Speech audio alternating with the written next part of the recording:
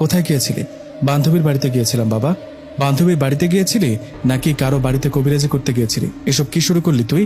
তুই কি এখনো ছোট আছিস বলতো?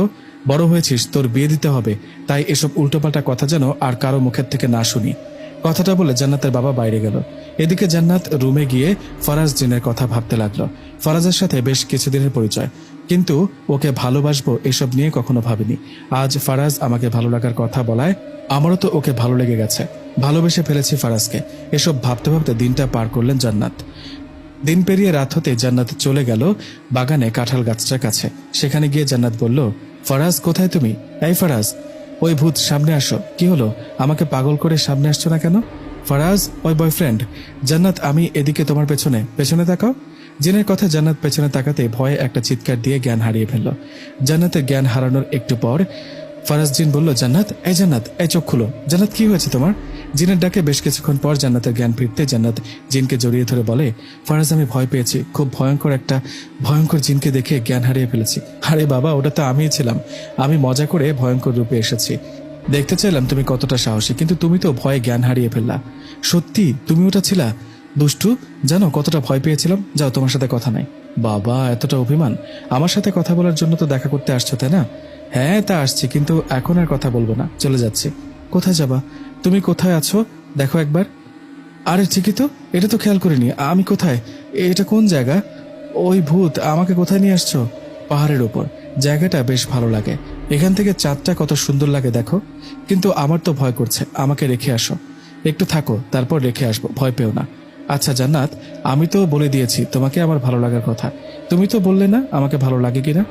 ভালো লাগে, তাই তো রাত করে তোমার কাছে ছুটে আসি। সারাদিন তোমার কথা ভাবছি, ভালোবেসে ফেলেছি তোমাকে। এখন কি হবে? এখন কি হবে মানে? দুজন দুজনকে ভালোবাসবো। দুজন দুজনকে ভালোবাসবো বললে কি হবে? তুমি কি আর আমি কি দুজন আলাদা জাতি? তোমার পরিবার না আমাকে মেনে নেবে, না আমার পরিবার তোমাকে। ওসব পরে দেখা যাবে, ওসব এখন ভেবো না তো। আচ্ছা ঠিক আছে, আমাকে বাড়িতে কখন রেখে আসবা? রেখে আসবো, তার আগে চোখ বন্ধ করো, তোমাকে একটা জিনিস দেব। তাই নাকি? কি দিবা? আচ্ছা, চোখ বন্ধ করলাম, দাও। এবার চোখ খোলো, এটা তোমার, নাও। আরে এটা তো ফোন। ফোন তুমি কোথায় পেলে? জিন বলল, তোমার জন্য কিনে নিয়ে আসছি। তুমি ফোন কেনার টাকাগুলো ওই অসহায় মহিলাকে দিলে না, ওনার ঘর ওঠানোর জন্য। তোমার কাছে তো আর টাকা নাই, তাই এটা তোমাকে দিলাম। সেটা না হয় বুঝলাম, কিন্তু তুমি জিন হয়ে ফোন কিনলা কেমনে? টাকা পেলে কোথায়? দেখো জান্নাত, আমাদের মধ্যে অনেক জিন মানুষ রূপে তোমাদের হাটে বাজারে মিষ্টির দোকানে বা ফলের দোকানে যায় জিনিস কিনতে। আমাদের জিন জাতির কাছে কিছু সম্পদ থাকে, সোনা রূপা বা সোনার মোহর ইত্যাদি অনেক কিছু। তো আমি ওগুলো বেচে মানুষ রূপে তোমার জন্য ফোন কিনে নিয়ে আসছি। ফোনটা ভীষণ সুন্দর। তুমি তো আমাকে ফোন দিলা, আমি তোমাকে কি দিই বলো? ভালোবাসা দিও, এতেই হবে। আর আমার কথা গোপন রাখবে, কখনো কেউ জানলে সমস্যা হবে। এখন চলো, তোমাকে বাড়িতে রেখে আসি। কথাটা বলে জিন জান্নাতকে ওর বাড়িতে রেখে গেল। বাড়িতে আসার পর সবকিছু স্বাভাবিক, জান্নাত স্বাভাবিকভাবে ঘুমিয়ে পড়ল। এভাবে ফারাজ জিনের সাথে চলতে লাগলো জান্নাতের প্রেম। দুজনেই রোজ দেখা করত, কথা বলতো। এভাবে দুজনে ভালোবাসায় কেটে যায় 6টি মাস। 6 মাস পর এক রাতে জান্নাত ফারাজ জিনের সাথে কথা বলার এক ফাঁকে জান্নাত ফারাজকে বলল, আচ্ছা ফারাজ, তোমাকে কিছু বলার ছিল। কি কথা বলো? মা বাবা আমার বিয়ের জন্য ছেলে খুঁজছে, এখন কি করি বলো তো? তাই নাকি? এখন কি করবা তাহলে? কি করব মানে? আমি তোমাকে ভালোবাসি, তোমাকে বিয়ে করব। ফারাজ, আমি মা বাবাকে তোমার কথা জানাই, তুমিও তোমার মা বাবাকে আমার কথা জানাও। কিন্তু এটা কি মেনে নেবে? বলে তো দেখো মেনে নেয় কিনা। তুমিও তোমার মা বাবাকে বলো।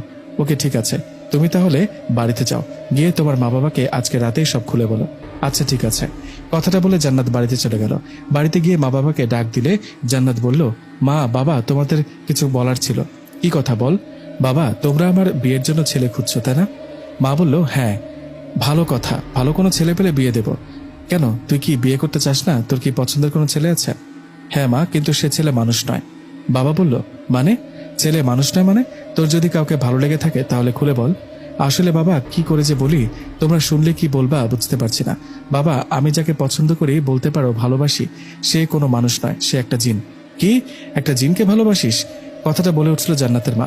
এদিকে কথাটা শুনে জান্নাতের বাবা বলল, ও, এজন্যই অনেকে তোকে কবিরাজ বলে। তোর পছন্দের জিনটা মনে হয় তোর হয়ে কাজ করে, তাই না?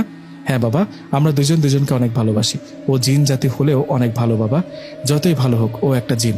আমরা এটা মানি না, মানতে পারি না। জান্নাতের মা, চুপ করো। যা হবার হয়ে গেছে, দেরি হয়ে গেছে। ওই জিনটার সাথে জান্নাতের প্রেম হয়ে গেছে।